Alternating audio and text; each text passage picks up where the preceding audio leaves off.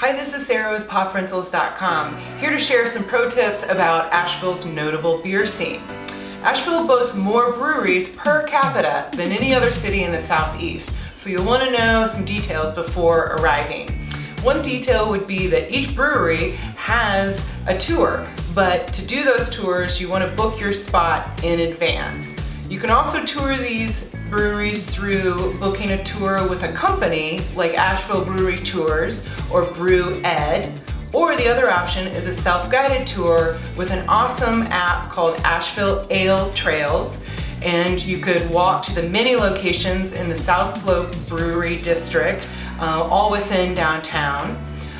Or you could just Uber, Lyft, or our local taxi is AVL Ride and drive to destinations a little farther out from downtown, like New Belgium, which is on the river, in the River Arts District, along with the Wedge Foundation. And then there is the impressive Sierra Nevada, which is an expansive, big space about 20 minutes south of downtown. And it also has an award-winning restaurant.